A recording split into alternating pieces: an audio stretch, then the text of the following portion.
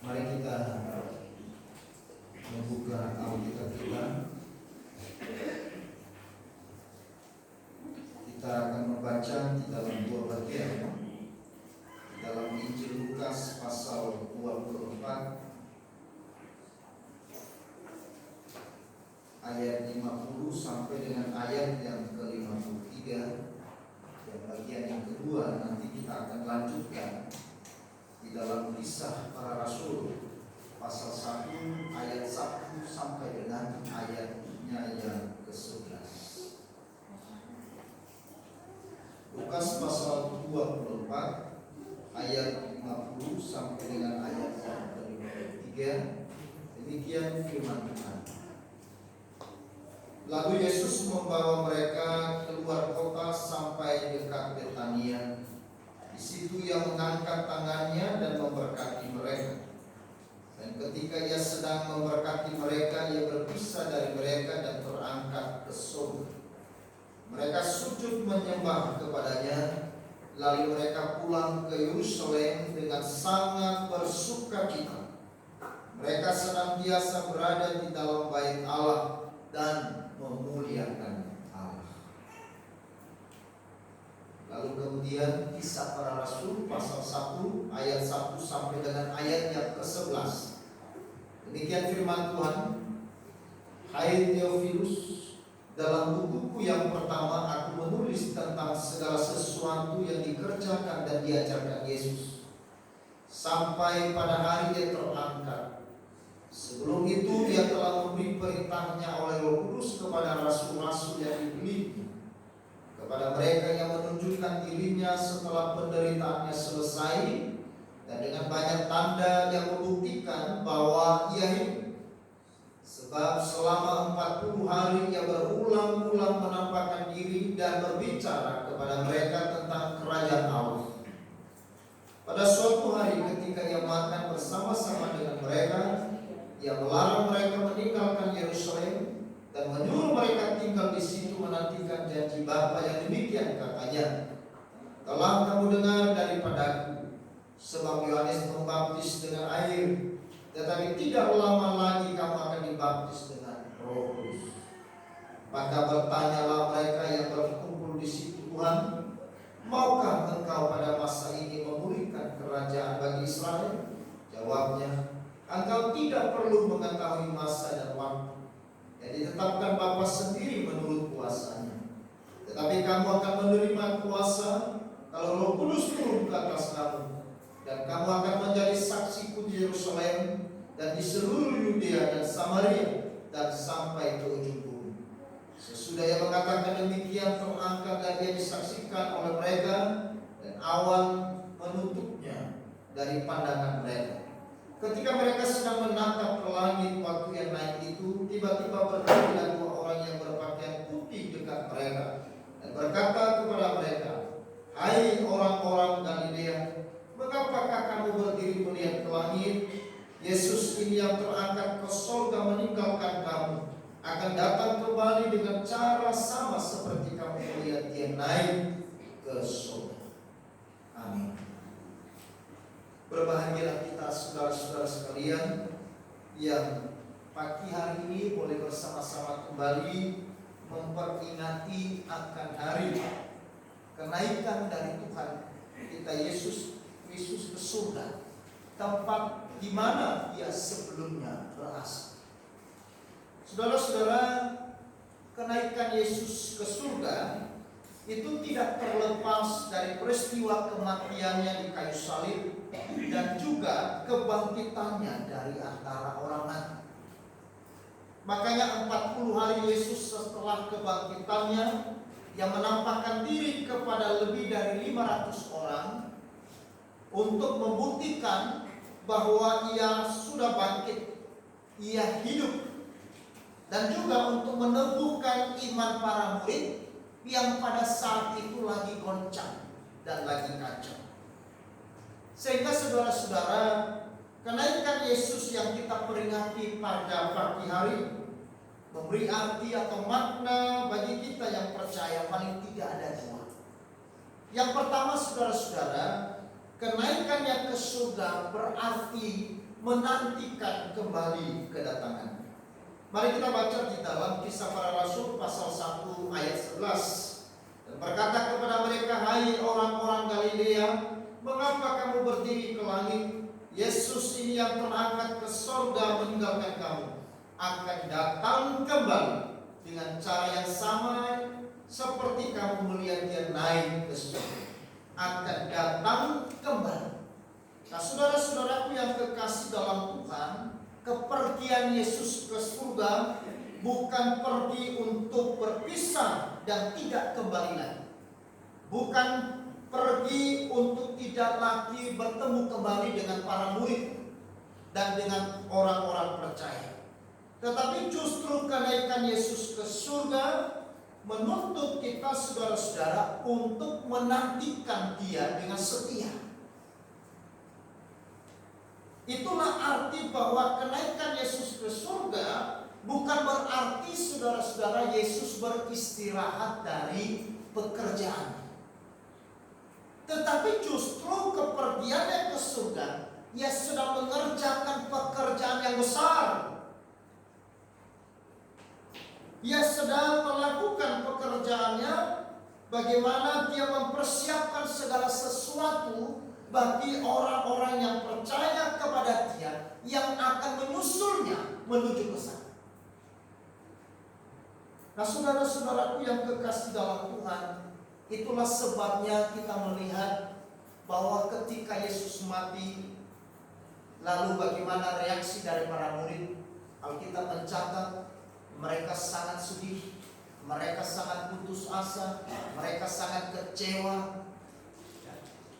Lalu kemudian waktu berita kebangkitan Yesus, sekalipun para murid waktu itu sudah mendengar, bahkan mereka melihat dengan kepala mereka sendiri, dengan mata kepala mereka sendiri, bahwa Yesus yang sudah mati telah bangkit kembali. Tetapi saudara-saudara, para murid masih dikuasai dengan segala kekecewaan. Mereka masih berguncang imannya. Mereka masih di dalam keraguan-raguan. Tetapi saudara, berbeda ketika Yesus naik ke surga. Reaksi dari para murid dikatakan, saudara-saudara, di sini, yaitu bahwa para murid mereka pulang dengan sukacita. Di dalam Lukas pasal 24 ayat yang ke 51 tadi. Dan ketika ia sedang memberkati mereka, ia berpisah dari mereka dan terangkat ke surga. Mereka sujud menyembah kepadanya, lalu mereka pulang ke Yerusalem dengan apa? Sangat bersukacita. Mereka sadar Yesus pergi ke surga bukan pergi untuk selamanya, bukan pergi meninggalkan mereka, bukan pergi berarti tidak ada lagi yang menyertai mereka. Mereka, para murid, menyadari sekarang bahwa kenaikan Yesus ke surga justru memberkati mereka dengan berkat yang berkelimpahan. Kenaikan Yesus ke surga disadari oleh para murid bahwa itu justru untuk kepentingan dan masa depan mereka. Maka itu sebabnya waktu Yesus meninggalkan mereka di tengah awan yang menutupinya, lalu mereka tidak pulang dengan hati yang bersedih, tetapi mereka pulang dengan hati yang penuh dengan sukacita. Saudara-saudaraku yang kekasih dalam Tuhan, maka itulah sebabnya berita tentang kenaikan Yesus ke surga adalah berita sukacita bagi gerejanya, berita sukacita bagi saudara dan saya. Amin. Mengapa itu berita sukacita? Karena Yesus yang pergi akan kembali kepada saudara dan saya. Ia akan datang kembali. Saudara-saudara yang dikasihi oleh Tuhan, kalau misalkan Yesus tidak memberikan janji bahwa ia akan kembali, ia akan datang kembali, saya juga yakin para murid saat itu, mereka juga akan diliputi oleh kesedihan. Kalau ada orang yang saudara kasihi, Lalu kemudian dia pamitan dengan saudara dan dia berkata, aku akan pergi selamanya. Kira-kira di saudara bagaimana? Bukankah saudara akan sedih? Apalagi kalau ditambah dengan kalimat, kita tidak akan bertemu kembali. Wow. Kalau saudara sedang mencintai seseorang dan saudara lagi betul-betul mencintai dia, mengasihi dia dengan sepenuh hati saudara, tiba-tiba saudara berkata, aku akan pergi selamanya dan tidak akan pernah kembali. Jantung saudara, hatinya copot, tidak rela maksudnya.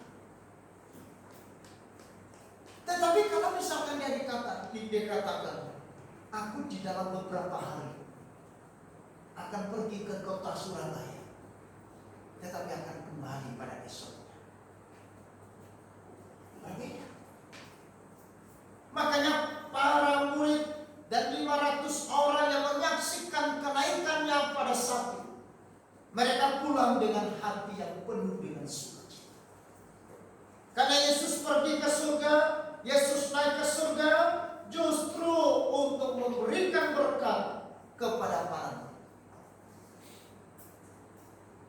Saudara-saudara yang kekasih dalam Tuhan, kalau Yesus yang adalah kekasih jiwa kita berkata kepada saudara dan saya, aku akan datang kembali, lalu bagaimana sikap kita?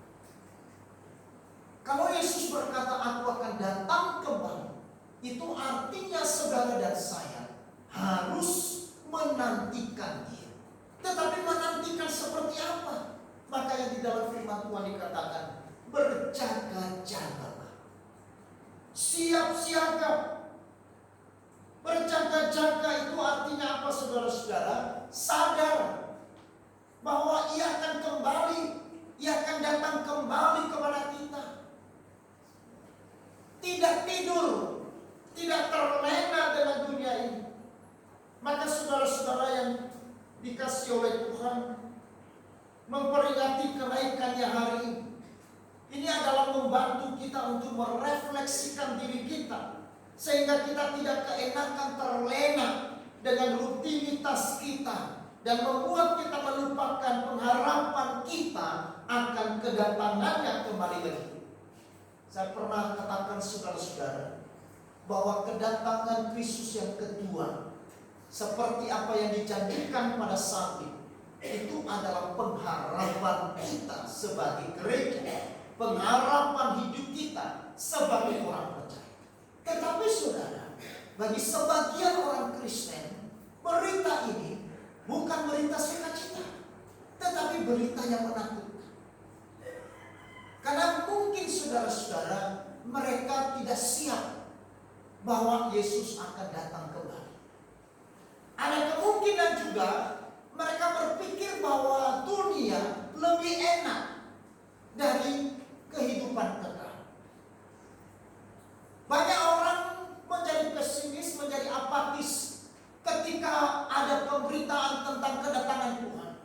Lalu mereka berkata, untuk apa kita harus menanti dia datang? Bukankah saya lagi enak-enakan di dunia? Bukankah dunia ini sesuatu yang paling indah bagi saya? Kenapa saudara? Ini masalahnya adalah orientasi dari pengharapan kita. Kalau manusia orientasi pengharapannya kepada apa yang dilihat oleh matanya, apa yang didengar oleh telinganya, apa yang timbul di dalam hatinya, maka dia akan menjadi orang yang tidak antusias, akan menjadi orang Kristen yang tidak akan memiliki gairah menanti kekasih jiwa. Tetapi bagi orang Kristen yang memiliki pengharapan bahwa kedatangan Kristus pada yang kedua ini adalah sukacita bagi gereja, sukacita bagi saudara dan saya, karena saya akan memasuki dunia yang baru bersama dengan Dia yang sesungguhnya. Saya akan berjumpa Dia dengan muka. Allah yang saya sembah dalam roh yang aku tidak bisa lihat, Tetapi waktu ia akan datang, ia akan menyatakan dirinya kepadaku, dan aku akan bertemu dengan Yesus muka dengan muka. Aku akan bersama dengan dia di dalam kekekalan. Nah, saudara-saudaraku yang kekasih dalam Tuhan, maka itulah menjadi dasar dari pengharapan gereja, pengharapan orang Kristen, pengharapan daripada orang percaya, bahwa kedatangannya adalah sukacita bagi saudara dan saya. Amin. Kalau kekasih saudara meninggalkan saudara dalam waktu 1 minggu, 2 minggu, pengharapan saudara, bukankah pengharapan saudara supaya dia segera pulang? Atau waktu misalkan saudara, kekasih saudara meninggalkan saudara dan berdoa, syukur jangan dia balik, syukur tak usah kembali, begitu?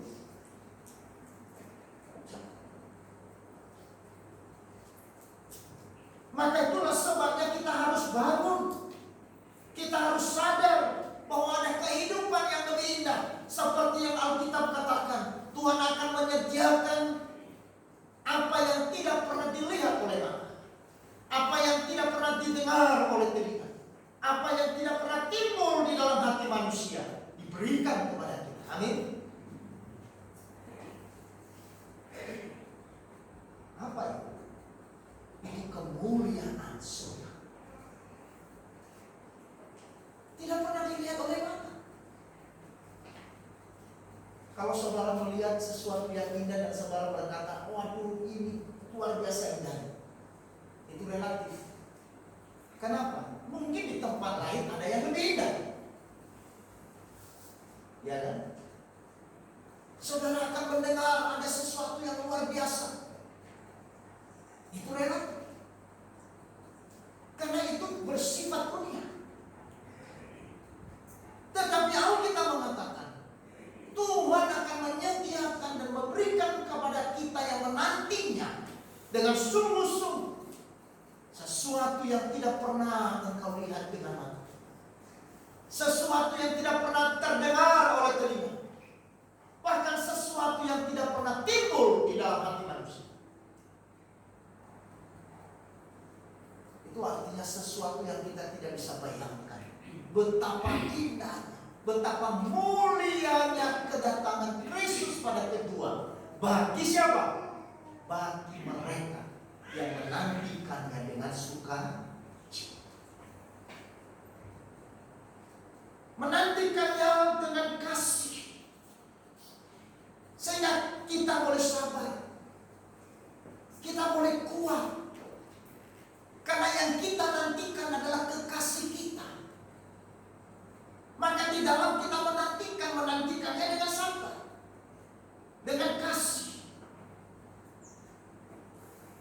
Sehingga menantikan dengan kasih memberikan kekuatan kepada kita untuk bertahan sampai pada akhir. Minggu yang lalu, minggu berapa hari? Temanya adalah menantikan dia bertahan sampai pada akhir. Bagaimana kita bisa bertahan sampai pada akhir? Kalau kita tidak ada kasih kepada dia. Cinta kita kepada Yesus yang membuat kita tekun, yang membuat kita bertahan, yang membuat kita bisa melangkah meskipun banyak tantangan, meskipun di kanan kiri rebah, meskipun dunia menggoncangkan iman kita, tapi karena cinta kepada Dia yang membuat kita. Itulah kunci saudara-saudara. Bagaimana kita bisa bertahan sampai pada akhir? Maka mari saudara-saudara kita harus sadar, jangan kita sampai tertidur, tidak bangun sewaktu yang ada. Yang kedua, kenaikannya ke surga menggenapi janjinya bagi orang percaya. Dengan kenaikannya ke surga, maka dia menggenapi janjinya bagi orang percaya. Janji apa itu saudara? Yaitu janji Roh Kudus. Yohanes 16 ayat 17. Mari kita baca bersama-sama. 1, 2, 3. Namun benar yang kukatakan ini kepadamu adalah lebih berguna bagi kamu jika aku pergi. Sebab jikalau aku tidak pergi, penghibur itu tidak akan datang kepadamu. Tetapi jikalau aku pergi, aku akan mengutus dia kepadamu. Jadi Yesus naik ke surga justru untuk menggenapi janjinya kepada gereja, kepada orang percaya, yaitu janji penyertaannya sampai pada akhir zaman.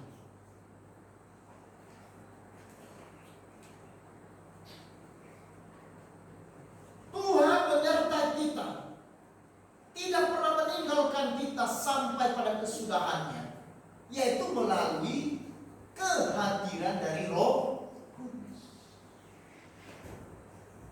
Kalau Yesus yang mengenakan tubuh manusia yang terbatas, tetapi Roh Kudus menyertai kita dengan tidak terbatas. Ia bersama dengan kita. Waktu saudara tidur pun Ia bersama dengan saudara.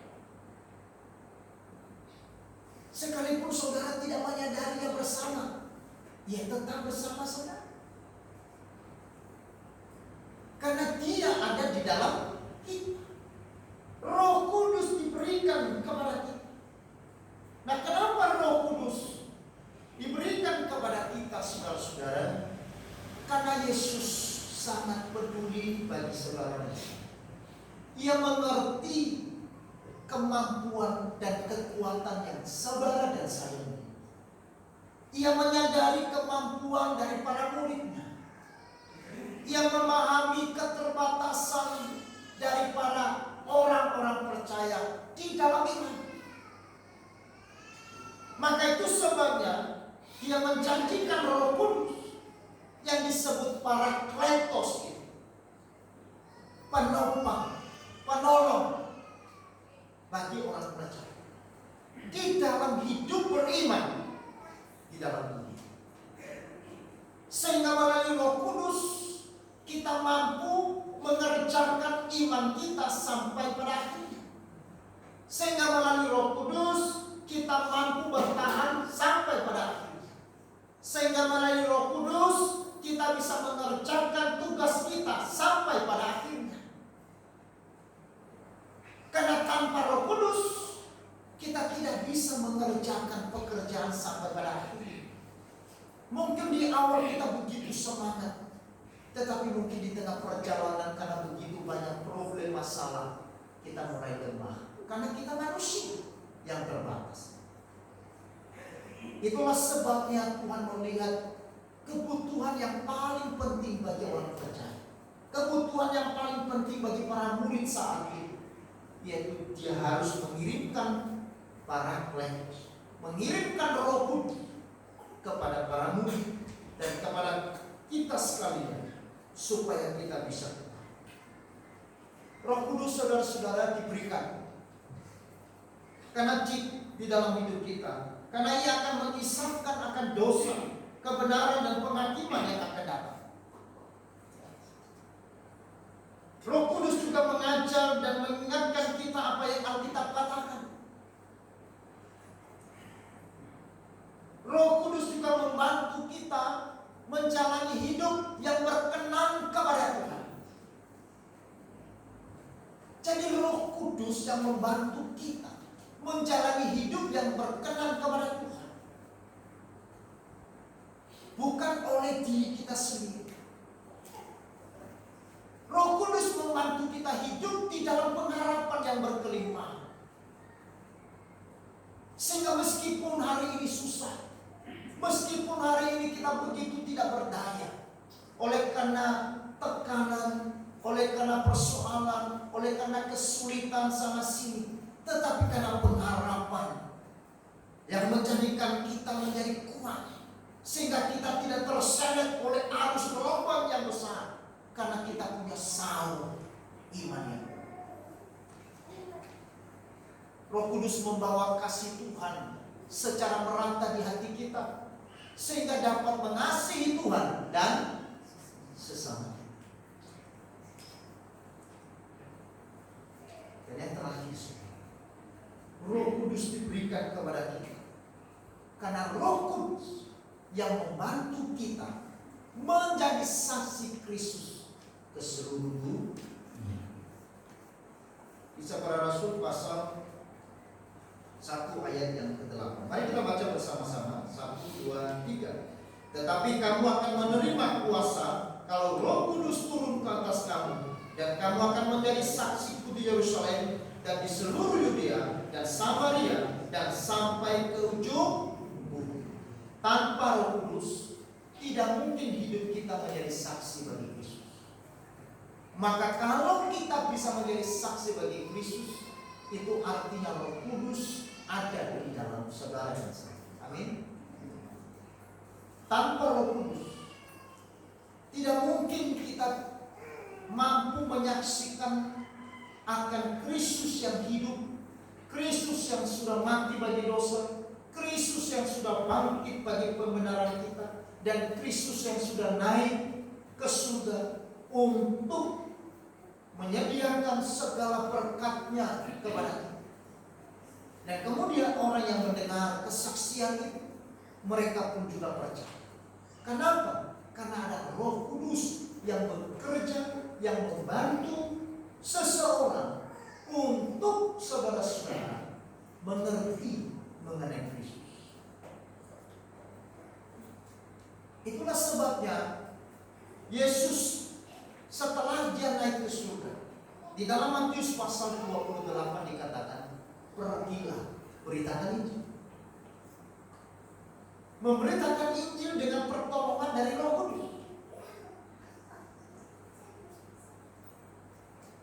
Tidak mungkin para murid memiliki keberanian yang luar biasa. Tidak mungkin Petrus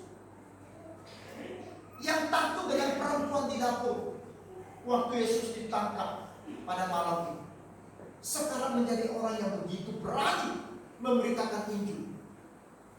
Bahkan menjadi rasul yang rela disalib dengan kepala dipangku. Dia tidak peduli dengan apapun yang dihadapi. Kenapa? Karena Roh Kudus membantu dia di dalam berita yang disampaikan. Roh Kudus telah memberi kekuatan di dalam hidup, sehingga dia boleh menjadi saksi Kristus dimanapun dia berada.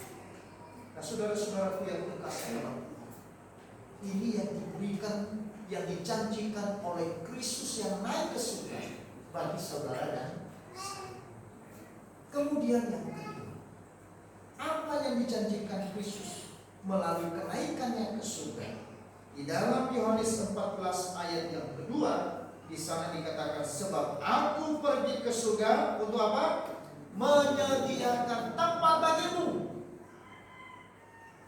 Sebab aku pergi ke surga untuk menyediakan tempat bagimu. Jadi kepergian Yesus ke surga, Yesus naik ke surga bukan untuk beristirahat. Banyak orang salah paham dan berpikir sejak Yesus bangkit dan kemudian dia naik ke surga, maka Yesus di surga sekarang lagi istirahat. Karena udah kelelahan selama 33 tahun setengah di dalam pelayanannya di dalam dunia. Nah sekarang dia istirahat dulu sampai nanti dia akan datang kembali. Tidak. Justru Kristus sedang bekerja dengan pekerjaan yang besar bagi saudara dan saya. Kristus sedang bekerja menyiapkan segala sesuatu untuk kepentingan saudara dan saya. Dan salah satunya adalah menyediakan tempat bagi saudara dan saya. Ini adalah sukacita kita semua, bahwa saudara dan saya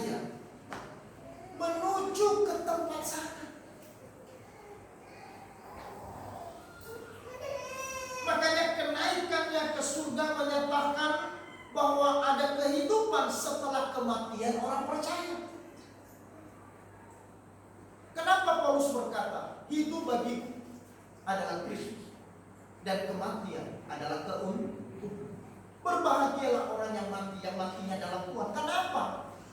Karena Kristus yang sudah naik ke surga telah menyediakan tempat bagi setiap mereka yang percaya. Amin. Seandainya Kristus tidak naik ke surga, maka waktu saudara mati, maka saudara mati tapi tidak tahu kemana. Makanya seluruh dunia saudara-saudara, ini yang menjadi sebuah hal yang membuat mereka kemana setelah mati. Banyak orang tidak tahu, setelah saya berakhir di dunia ini, hidup saya kemana. Maka mulai dikatakan, mudah-mudahan menuju ke sana. Moga-moga aku bisa dapat tempat itu. Saudara. Tetapi bagi saudara dan saya yang percaya kepada Yesus, Yesus sendiri berkata pada saat dia naik ke surga, dia katakan, aku pergi ke situ untuk menyediakan tempat bagimu. Ini bukan satu kalimat yang moga-moga, bukan kalimat yang mudah-mudahan, tapi ini adalah kalimat kepastian. Amin. Ini yang membuat kita sebagai gerejanya, sebagai umatnya bersuka cita oleh karena kenaikannya. Karena kita tahu bahwa setelah kehidupan kita berakhir dalam dunia ini, kita akan menuju ke dunia yang baru, yaitu di mana Tuhan berada, di tempat Tuhan berada. Di sanalah tempat itu disediakan bagi saudara dan saya. Maka sebelum kita menuju ke tempat itu, maka kita harus persiapkan diri kita menuju ke tempat yang mulia itu. Saudara-saudara yang kekasih, itu adalah tempat yang indah, yang tidak pernah saudara lihat, bahkan yang tidak pernah diceritakan dan didengar oleh telinga saudara, bahkan yang tidak pernah timbul di dalam pikiran seperti apa tempat itu. Bahkan arsitektur pun yang hebat tidak bisa menggambarkan, tidak bisa melukiskan, ya, bagaimana indahnya tempat itu. Itu yang disediakan Kristus bagi saudara. Ini bukan sebuah mitos. Makanya Kristus berkata, sebab aku pergi ke situ untuk menyediakan tempat. Makanya Kristus yang sedang ada di surga, dia sedang menyediakan tempat bagi masing-masing saudara. Kalau Kristus di surga hari ini sedang bekerja untuk menyediakan tempat bagi saudara, masakan saudara tidur-tidur? Ya.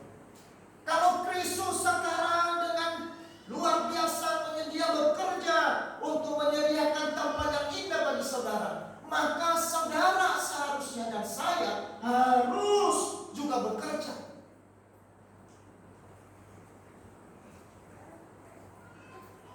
Saudara, membuktikan bahwa apa yang dikerjakan di sana adalah sesuatu kepentingan untuk kita. Maka kita responinya dengan apa? Dengan kita hidup bekerja bagi Dia. Sebelum kita mengakhiri hidup kita di dalam dunia, sebelum kita meninggalkan dunia ini dan beralih ke dunia yang baru di mana Yesus Kristus, mari kita mau bekerja, kita mau hidup bagi Dia. Kita mau serahkan seluruh totalitas hidup kita kepada Tuhan, berjalan pada kehendak Dia.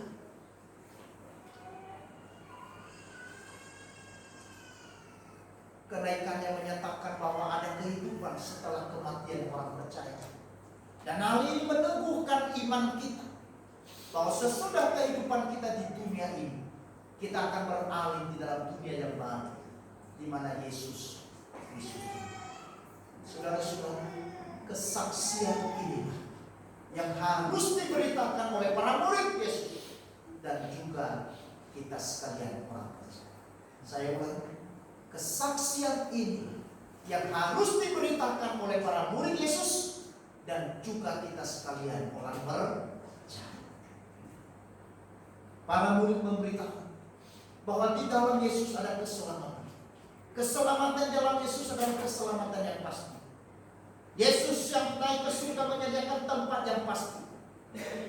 Bukan sebuah mitos, bukan sebuah khayalan, bukan sebuah impian, bukan sebuah ilusi, tetapi sebuah realita yang akan kita kesal. Maka waktu saudara memberitakan dan menyaksikan hal ini, itu sebabnya saudara-saudara berita yang kita sampaikan adalah berita yang indah. Karena kita sedang menyampaikan apa yang disaksikan oleh Kristus kepada kita, apa yang dijanjikan oleh Kristus bagi setiap mereka yang percaya kepada Yesus. Maka saudara-saudara, mari kita terpanggil untuk menyaksikan hal ini kepada dunia, kepada mereka yang masih belum tahu kemana mereka menuju, kepada mereka yang belum tahu tempat setelah kehidupan ini berakhir, setelah kematian itu hadir dalam hidup seseorang. Kematian bukan sesuatu yang pasti terjadi. Kematian bukan sesuatu yang akan terjadi pada segala dasar.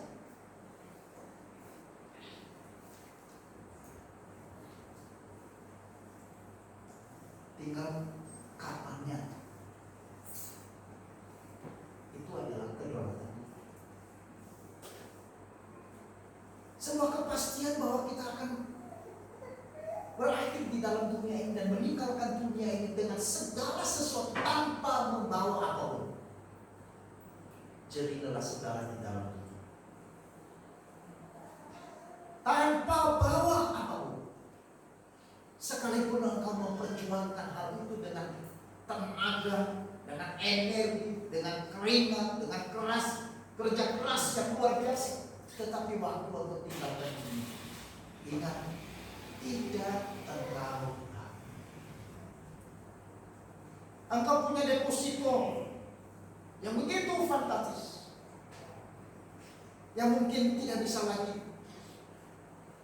buku muat nol dari belakang, bukunya lewat lagi. Itu permintaan tidak lama. Tidak akan. Engkau punya sepatu emas karena engkau pencetak gol terbanyak, juga tidak apa. Halo. Engkau punya piagam, trofi penghargaan sebagai pentinju kelas berat dunia, juga tidak apa. Engkau punya sertifikat kecantikan dunia, juga tidak apa.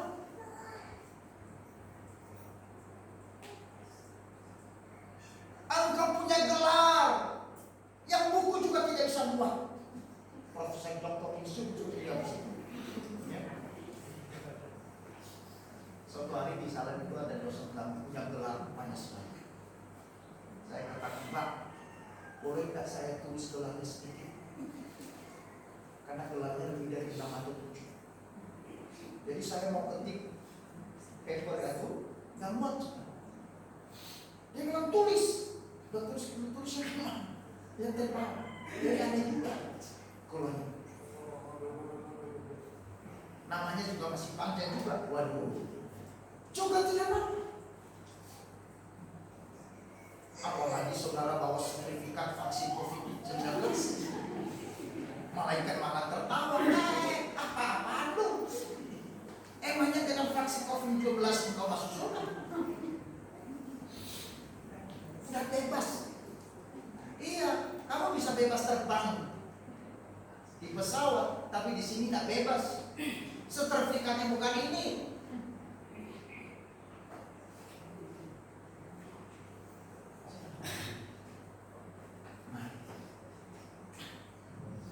Mari kita menantikan dia dengan hati yang bersukacita. Kita nantikan dia dengan kasih, sehingga kita bisa kuat